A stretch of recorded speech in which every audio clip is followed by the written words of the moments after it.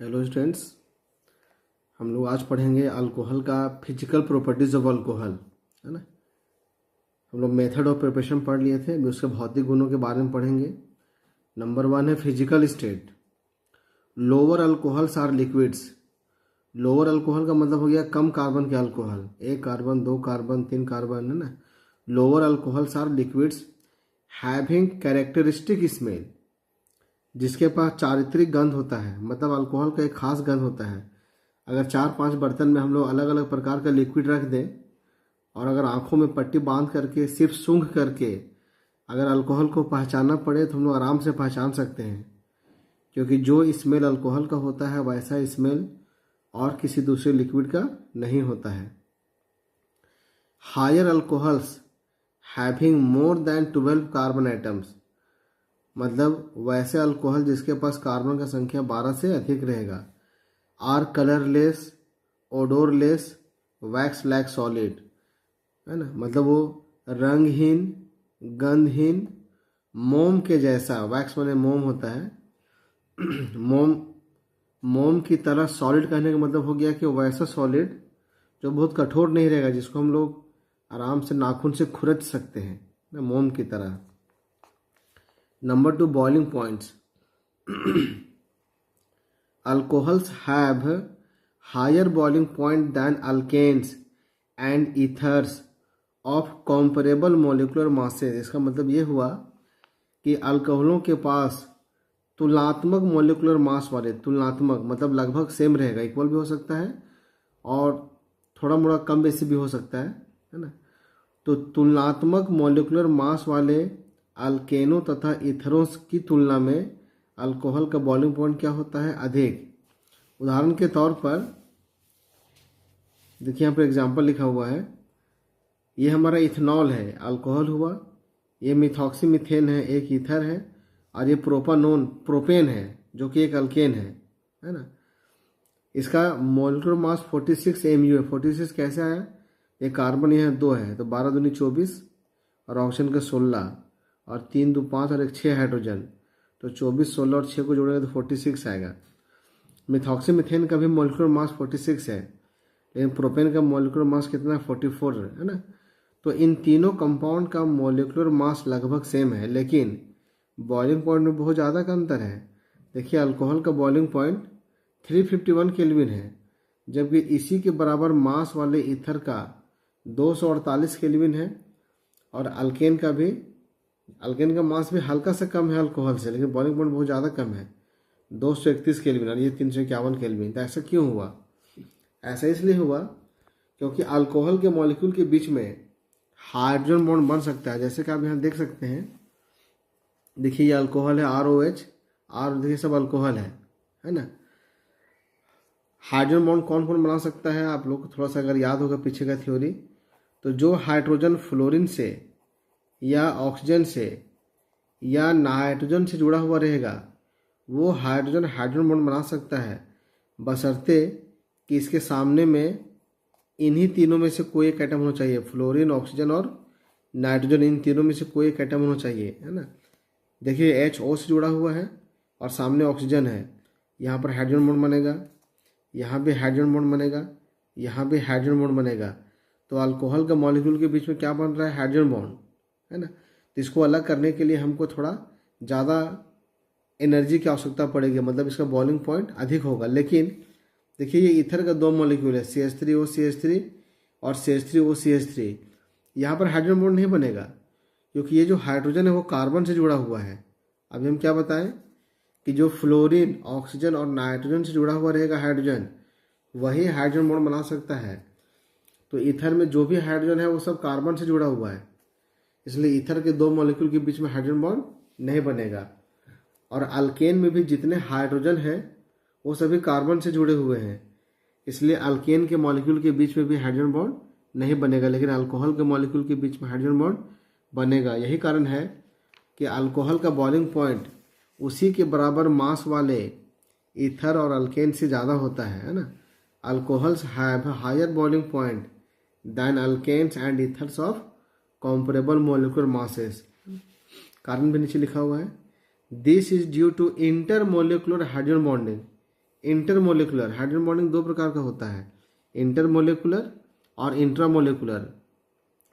जब hydrogen bond दो molecule के बीच में बनेगा तो उसे बोलते हैं इंटरमोलिकुलर, और जब एक ही मॉलिक्यूल में हाइड्रोजन बॉन्ड बनता है तो इसे कहा जाता है intramolecular hydrogen bond. 11th class में बताया गया था। तो this is due to intermolecular hydrogen bonding between the molecules of alcohols which is not possible in case of ethers and alkanes. और यह अल्कोहल के दो मॉलिक्यूल के बीच में हाइड्रोजन बॉन्ड बनता हुआ दिखाया गया है। ऐसा हाइड्रोजन बॉन्ड अल्केन में ईथर के मॉलिक्यूल के बीच में नहीं बन सकता है। आगे देखिए, the boiling points of alcohols increases with increase in their molecular mass. अभी हम चर्चा कर रहे थे अल्कोहल, ईथर और अल्केन के बीच में, लेकिन मान लीजिए कि सारा मॉलिक्यूल मेरा अल्कोहल का ही रहेगा। जैसे यहाँ पे देखिए, है ना, ये भी अल्कोहल है, ये भी अल्कोहल है, ये भी अल्कोहल है, तीनों अल्कोहल है। तो बॉइलिंग पॉइंट हम कैसे डिसाइड करेंगे? तो किसी भी ऑर्गेनिक मॉलिक्यूल का मॉलिक्यूलर मास बढ़ेगा तो बॉइलिंग पॉइंट बढ़ेगा। तो OH यहाँ भी है, OH यहाँ भी है, OH यहाँ भी है, लेकिन यहाँ एक कार्बन है, यहाँ दो कार्बन है, यहाँ तीन कार्बन है। तो ऑब्वियसली कार्बन का संख्या बढ़ेगा तो मॉलिक्यूल का मास भी बढ़ेगा। तो मॉलिक्यूल का मास बढ़ेगा तो बॉइलिंग पॉइंट भी बढ़ेगा। मतलब एक कार्बन के अल्कोहल से दो कार्बन के अल्कोहल का बॉइलिंग पॉइंट ज़्यादा होगा, और दो कार्बन के अल्कोहल से तीन कार्बन के अल्कोहल का बॉइलिंग पॉइंट ज़्यादा होगा। तो अगर सारा अल्कोहल रहेगा तो boiling point of alcohol increases with increase in their molecular mass. Next आगे देखिए, एमोंग आइसोमेरिक अल्कोहल। आइसोमेरिक अल्कोहलों में, तो आइसोमेरिक अल्कोहल का मतलब हो गया वैसा अल्कोहल जिसका फॉर्मूला सेम रहेगा, अर्थात जिसका मॉलिक्यूलर मास सेम रहेगा। Boiling point decreases with increase in branching. अगर एक ही फॉर्मूला के अल्कोहल होंगे, देखिए तीनों अल्कोहल को देखा जाए, यहाँ भी 1 2 3 4 कार्बन, यहाँ भी 4 कार्बन, यहाँ भी 4 कार्बन, है ना, 3 2 5 2 7 2 9 और 1 10 हाइड्रोजन, यहाँ भी 10 हाइड्रोजन, यहाँ भी 10 हाइड्रोजन, और तीनों के पास एक एक ऑक्सीजन है। मतलब इन तीनों कंपाउंड का फॉर्मूला है C4H10O। तो तीनों का फॉर्मूला सेम है तो मास भी सेम होगा, मतलब ये तीनों हमारा आइसोमर होगा। तो बॉइलिंग पॉइंट हम कैसे तय करेंगे? बॉइलिंग पॉइंट हम इसके स्ट्रक्चर से तय करेंगे। देखिए यहाँ पर सारा कार्बन लगातार है और OH भी किनारे लगा हुआ है। यहाँ पर 3 कार्बन लगातार है, कार्बन ब्रांच में है, और यहाँ पर 2 कार्बन ब्रांच में है। मतलब अगर हम नीचे से ऊपर से अगर नीचे आए तो इसमें ब्रांचिंग नहीं है, इसमें और इसमें ब्रांचिंग है, इसमें कम ब्रांचिंग है, इसमें ज़्यादा ब्रांचिंग है। तो निष्कर्ष क्या निकला कि ऊपर से नीचे आने पर ब्रांचिंग इंक्रीज कर रहा है। तो ब्रांचिंग इंक्रीज करेगा तो बॉइलिंग पॉइंट डिक्रीज करेगा, है ना। Boiling point decreases with increase in branching. Boiling point decreases with increase in branching. ऐसा क्यों? क्योंकि देखिए इसमें ब्रांच नहीं है तो मॉलिक्यूल का साइज बड़ा है, इसमें ब्रांच है तो आकार थोड़ा छोटा हो गया, और इस मॉलिक्यूल का आकार और भी छोटा हो गया। तो अगर मॉलिक्यूल का आकार छोटा होगा, मान लीजिए कि ये बड़ा आकार का मॉलिक्यूल है, 2 मॉलिक्यूल, ये 2 मॉलिक्यूल है छोटा आकार का, और ये 2 मॉलिक्यूल है उससे और छोटा आकार का, इन दोनों के बीच में जो आकर्षण का बल काम करेगा उसको हिंदी में अंतः आणविक आकर्षण का बल और इंग्लिश में इंटरमोलिकुलर अट्रैक्टिव फोर्स कहा जाता है।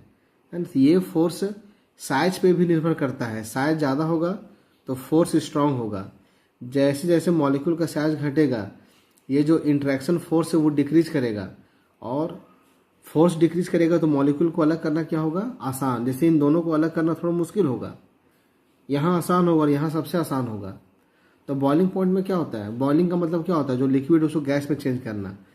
तो लिक्विड में मॉलिक्यूल नज़दीक होते हैं, लिक्विड में मॉलिक्यूल नज़दीक होते हैं। अब इनको इस बॉन्ड को तोड़ देंगे तो मॉलिक्यूल हमारा दूर दूर चल जाएगा। अगर ये अट्रैक्शन फोर्स मजबूत होगा तो इनको अलग करने के लिए हमको ज़्यादा एनर्जी खर्च करना पड़ेगा, और अगर ये अट्रैक्शन फोर्स कमज़ोर होगा तो कम एनर्जी में ही मॉलिक्यूल अलग अलग हो जाएंगे। तो निष्कर्ष ये निकला कि अगर मॉलिक्यूल का आकार घटेगा तो उनके बीच में लगने वाला इंटरेक्शन फोर्स का मजबूती भी घटेगा, और इसलिए उसका बॉइलिंग पॉइंट क्या होगा? डिक्रीज करेगा, है ना। तो यहाँ पर देख सकते हैं लिखा हुआ है कि ऊपर से नीचे आने पर ब्रांचिंग इंक्रीजेज, ब्रांच बढ़ रहा है, सरफेस एरिया डिक्रीजेज, अपने मॉलिक्यूल का जो पृष्ठ क्षेत्रफल है वो घट रहा है। एरिया घटेगा तो क्या होगा? इंटर मॉलिक्यूलर अट्रैक्शन डिक्रीजेज, माने अंतः आणविक आकर्षण घटेगा, इसलिए बॉइलिंग पॉइंट भी क्या होगा? डिक्रीजेज। तो यहाँ पर आपको हम लोग को थ्योरी कुछ भी नहीं रटना है, बस हमको संक्षेप में क्या याद रखना है सो सुनिए कि अल्कोहल का बॉइलिंग पॉइंट उसी के बराबर मास वाले अल्केन और ईथर से ज़्यादा होगा, क्योंकि अल्कोहल के मॉलिक्यूल के बीच में हाइड्रोजन बॉन्ड बनता है, अल्केन और ईथर के मॉलिक्यूल के बीच में नहीं बनता है।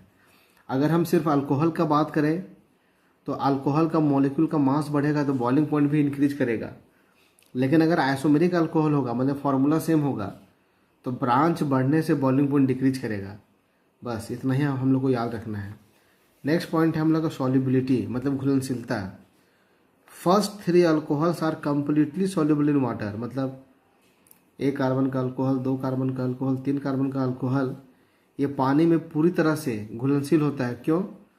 Due to their ability to form hydrogen bond with water, water के साथ हाइड्रोजन बॉन्ड बनाने की उनकी क्षमता के चलते। जैसा कि आप यहाँ डायग्राम में देख सकते हैं, ये बीच वाला हमारा अल्कोहल का मॉलिक्यूल ROH, ये वाटर का मॉलिक्यूल है।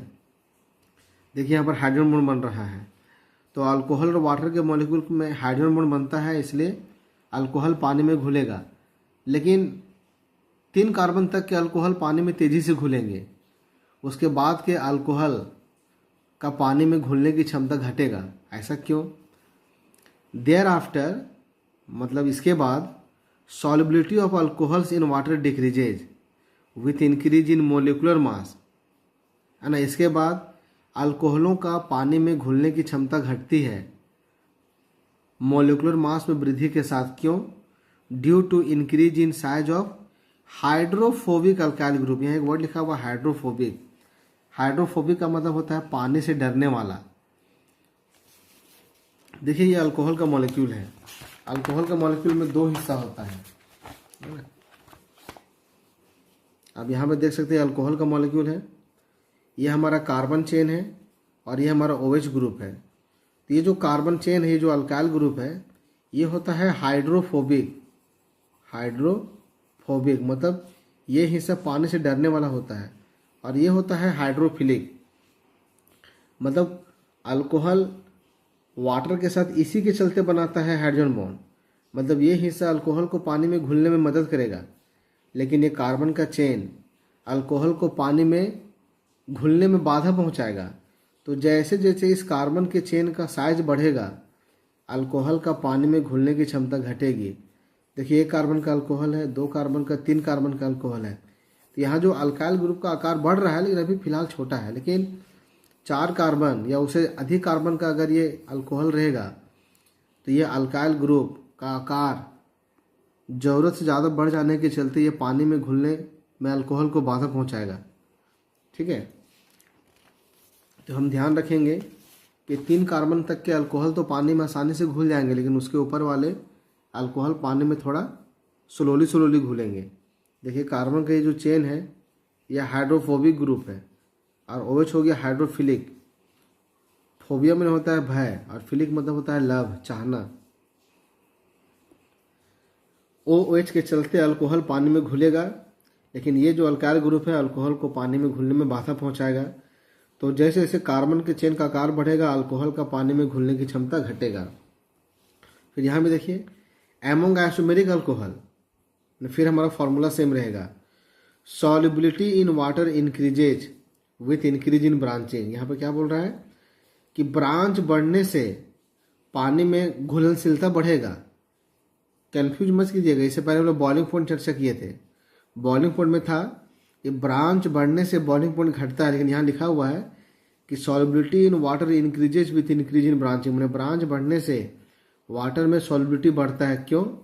Due to decrease in size of the hydrophobic alkyl group. यहाँ देखिए 3 अल्कोहल है, तीनों का फॉर्मूला सेम है। यहाँ पर ब्रांच नहीं है, यहाँ और यहाँ ब्रांच है, यहाँ कम ब्रांच है, यहाँ ज़्यादा ब्रांच है। तो हम क्या देख रहे हैं कि यहाँ पर देखिए अल्काइल ग्रुप का आकार बड़ा है, ब्रांच यहाँ पर था तो अल्काइल ग्रुप का आकार छोटा हो गया। यहाँ और ज़्यादा ब्रांच है तो अल्काइल ग्रुप का आकार और छोटा हो गया। तो अल्काइल ग्रुप कैसा होता है? हाइड्रोफोबिक। इसी के चलते अल्कोहल पानी में कम घुलेगा। तो इस ग्रुप का आकार अगर बड़ा होगा तो पानी में कम घुलेगा, अगर आकार छोटा होगा तो पानी में ज़्यादा घुलेगा। इसलिए सॉल्युबिलिटी के बारे में हम क्या जानेंगे कि अगर आइसोमेरिक अल्कोहल रहेगा मतलब फॉर्मूला सेम रहेगा, तो जिस अल्कोहल में ब्रांच ज़्यादा होगा वो पानी में ज़्यादा घुलेगा, और जिस अल्कोहल में ब्रांच कम होगा वो पानी में कम घुलेगा। यहाँ लिखा हुआ चूंकि ऊपर से नीचे आने पर ब्रांचिंग इंक्रीजेज, इसीलिए size of hydrophobic alkyl group decreases which implies solubility in water increases. तो ये हमारा फिजिकल प्रॉपर्टी यहाँ अल्कोहल का समाप्त हुआ। अभी उससे रिलेटेड कुछ क्वेश्चन है एनसीईआरटी का। देखिए क्वेश्चन क्या है, arrange the following sets of compounds in order of their increasing boiling point. यहाँ कंपाउंड के कुछ से यहाँ 2 सेट दिया हुआ है कंपाउंड का, इनको बॉइलिंग पॉइंट के बढ़ते हुए क्रम में सजाना है ना। पेंटान 1 ऑल, ब्यूटान 1 ऑल। तो इस प्रकार के सवाल को कैसे बनाएंगे हम लोग, पहले इन सभी का स्ट्रक्चर हमको रफ में बनाना पड़ेगा। देखिए यहाँ पर बना हुआ है, ये पेंटान 1 ऑल है, pentan 1 ol, butan 1 ol, butan 2 ol, ethanol, propan 1 ol, methanol. यहाँ गौर करने वाली बात यह है कि यह सारा का सारा कंपाउंड अल्कोहल है। तो जब हमारा सारा अल्कोहल रहेगा तो बॉइलिंग पॉइंट कैसे तय करेंगे, मॉलिक्यूलर मास के आधार पर। मॉलिक्यूलर मास बढ़ेगा तो बॉइलिंग पॉइंट बढ़ेगा। तो देखिए यहाँ पर OH ग्रुप सभी में है, OH ग्रुप सभी के पास है। इसका मतलब OH का जो मास होगा वो सबके लिए बराबर हो गया। लेकिन यहाँ पर 5 कार्बन है, यहाँ 4 कार्बन है, 3 यहाँ 3 ही कार्बन है, यहाँ पर 1 कार्बन और होगा, ब्यूटान 2 ऑल, ये ब्यूटान 2 ऑल है। यहाँ भी 4 कार्बन है, यहाँ 2 कार्बन है, यहाँ 3 कार्बन है, यहाँ 1 कार्बन है। इसका मतलब ये हुआ कि 1 कार्बन का मास सबसे कम होगा। इसका मतलब मिथेनॉल का बॉइलिंग पॉइंट सबसे कम होगा, है ना। मिथेनॉल का बॉइलिंग पॉइंट सबसे कम होगा, आप यहाँ देख सकते हैं, दिखाई देना। देखिए मिथेनॉल का बॉइलिंग पॉइंट सबसे कम है। इसके बाद मास आएगा 2 कार्बन का, उसके बाद इथेनॉल का बॉइलिंग पॉइंट, फिर 3 कार्बन का अल्कोहल का मास आएगा। प्रोपान 1 ऑल, ये दोनों 4 कार्बन का अल्कोहल है। ये ब्यूटान 1 ऑल है, ब्यूटान 2 ऑल, मतलब दोनों का फॉर्मूला सेम हो गया। लेकिन यहाँ अल्कोहल किनारे है और यहाँ अल्कोहल बीच वाले कार्बन में है, मतलब यहाँ पर ब्रांच नहीं और यहाँ ब्रांच जैसे महसूस हो रहा है। तो अभी हम लोग क्या जानते थे, अगर आइसोमर रहेगा तो ब्रांच बढ़ने से बॉइलिंग पॉइंट घटता है। इसका मतलब ये हुआ कि ब्यूटान 1 ऑल का बॉइलिंग पॉइंट ज़्यादा होगा, ब्यूटान 2 ऑल का बॉइलिंग पॉइंट कम होगा। तो पहले ब्यूटान 2 ऑल, इससे ज़्यादा क्या हो गया ब्यूटान 1 ऑल, और सबसे अधिक बॉइलिंग पॉइंट होगा पेंटान 1 ऑल का, क्योंकि पेंटान 1 ऑल का मास सबसे अधिक होगा। ठीक है, तो अगर अल्कोहल रहेगा तो हम रफ में उसका फॉर्मूला हम लोग को लिखना पड़ेगा और देखना पड़ेगा कि किस में ब्रांच है, किस में ब्रांच नहीं है, किस में कार्बन कम है, किस में कार्बन ज़्यादा है। जैसे जैसे मॉलिक्यूलर मास बढ़ेगा बॉइलिंग पॉइंट भी उसी क्रम में बढ़ेगा। सेकंड क्वेश्चन में क्या था, पेंटान 1 ऑल, नॉर्मल ब्यूटेन, पेंटानल, इथॉक्सीथेन, ये चारों कंपाउंड अलग अलग है।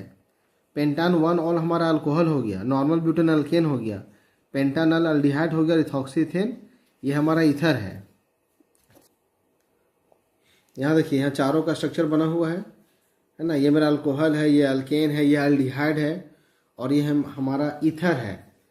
तो अभी हम लोग चर्चा किए थे अल्कोहल, अल्केन और ईथर में कि अल्कोहल, अल्केन, ईथर तीनों का अगर मास बराबर रहेगा तो अल्कोहल का बॉइलिंग पॉइंट ज़्यादा होगा, उससे कम ईथर का, सबसे कम अल्केन का।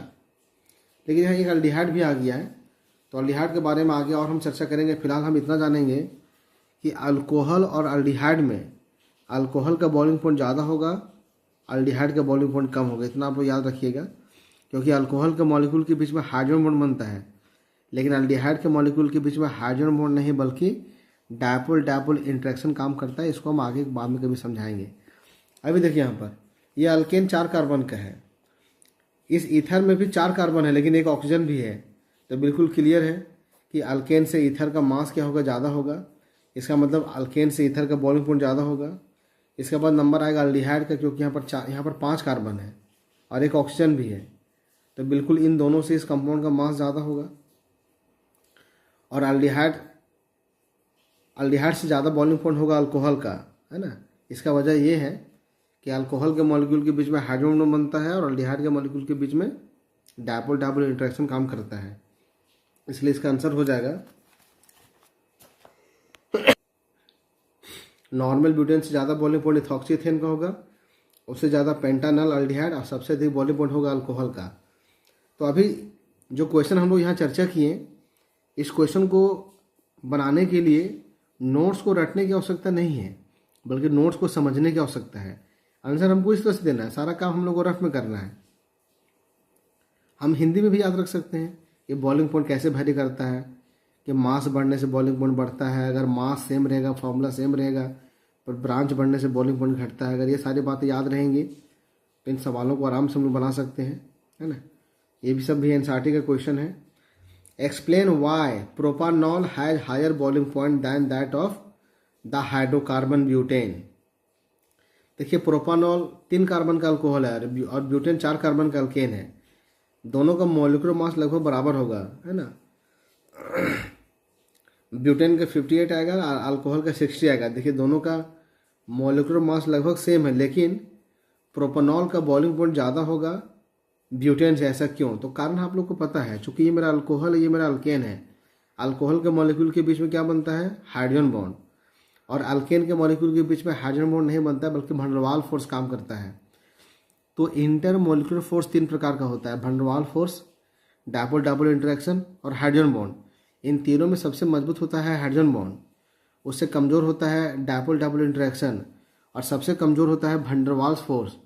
तो जिस कंपाउंड के मॉलिक्यूल के बीच में हाइड्रोजन बॉन्ड बनेगा उसका बॉइलिंग पॉइंट ज़्यादा होगा, उससे कम उस कंपाउंड का होगा जिसके मॉलिक्यूल के बीच में डायपोल डायपोल इंटरेक्शन काम करेगा, और सबसे कम बॉइलिंग पॉइंट उस कंपाउंड का होगा जिसके मॉलिक्यूल के बीच में क्या बनता है? वैन डर वाल्स फोर्स, है ना। तो अल्कोहल के मॉलिक्यूल के बीच में हाइड्रोजन बॉन्ड बनता है और अल्केन के मॉलिक्यूल के बीच में वैन डर वाल्स फोर्स बनता है। इसीलिए अल्कोहल का बॉइलिंग पॉइंट ज़्यादा होगा, अल्केन का बॉइलिंग पॉइंट कम होगा। यही सारी बातें हैं लिखी हुई बढ़िया से। Although butane and propanol have comparable molecular masses, यहाँ बोल रहा है यद्यपि, ऑल्दो में क्या होता है? यद्यपि ब्यूटेन तथा प्रोपानॉल के पास तुलनात्मक मॉलिक्यूलर मास होते हैं 58 और 60 क्रमशः, बट इन प्रोपानॉल, लेकिन प्रोपानॉल में strong intermolecular hydrogen bonding exist between it's molecule. लेकिन प्रोपानॉल में उसके मॉलिक्यूल के बीच में मजबूत इंटरमोलिकुलर हाइड्रोजन बॉन्ड एग्जिस्ट करता है। वेयर एज जबकि इन ब्यूटेन में weak van der Waals forces exist between its molecules. जबकि ब्यूटेन में उसके मॉलिक्यूल के बीच में कमजोर van der Waals force exist करता है। इसीलिए propanol has higher boiling point than butane. देखिए प्रोपानॉल का मॉलिक्यूल है ना, 3 कार्बन का अल्कोहल, उसके मॉलिक्यूल में हाइड्रोजन बॉन्ड को बनते हुए दिखाया हुआ है। इसी प्रकार के एक और क्वेश्चन है, alcohols are comparatively more soluble in water than hydrocarbon of comparable molecular masses. मतलब ये क्वेश्चन बोल रहा है कि अल्कोहल तुलनात्मक रूप से अधिक घुलनशील होता है पानी में, किसके तुलना में? कॉम्परेबल मॉलिक्यूलर मास वाले हाइड्रोकार्बन की तुलना में, मतलब उसी के बराबर मास वाले अल्केन की तुलना में। Explain this fact. इसका भी कारण वही है कि अल्कोहल वाटर के साथ हाइड्रोजन बॉन्ड बनाएगा, लेकिन अल्केन का मॉलिक्यूल वाटर के साथ हाइड्रोजन बॉन्ड नहीं बना पाता है। इसलिए अल्कोहल पानी में आसानी से घुलता है, लेकिन अल्केन पानी में नहीं घुल पाता है। तो alcohol forms hydrogen bond with water molecules when dissolved, है ना, but hydrocarbons are non-polar and do not form hydrogen bonds with water molecules. Therefore, alcohols are readily, मतलब आसानी से soluble in water, whereas hydrocarbons are not. ठीक है, इसके नीचे हम लोग अल्कोहल और वाटर के मॉलिक्यूल के बीच में हाइड्रोजन बॉन्ड बनता हुआ दिखा देंगे, जो कि आपके पीडीएफ में है। इसके बाद का हमारा टॉपिक होगा केमिकल प्रॉपर्टीज ऑफ अल्कोहल। ठीक है, इसे हम नेक्स्ट, पहले इसका हम पीडीएफ भेजेंगे आप लोग को अल्कोहल के केमिकल प्रॉपर्टीज़ का, तब फिर उस पीडीएफ को वीडियोज़ के द्वारा क्लियर किया जाएगा। धन्यवाद।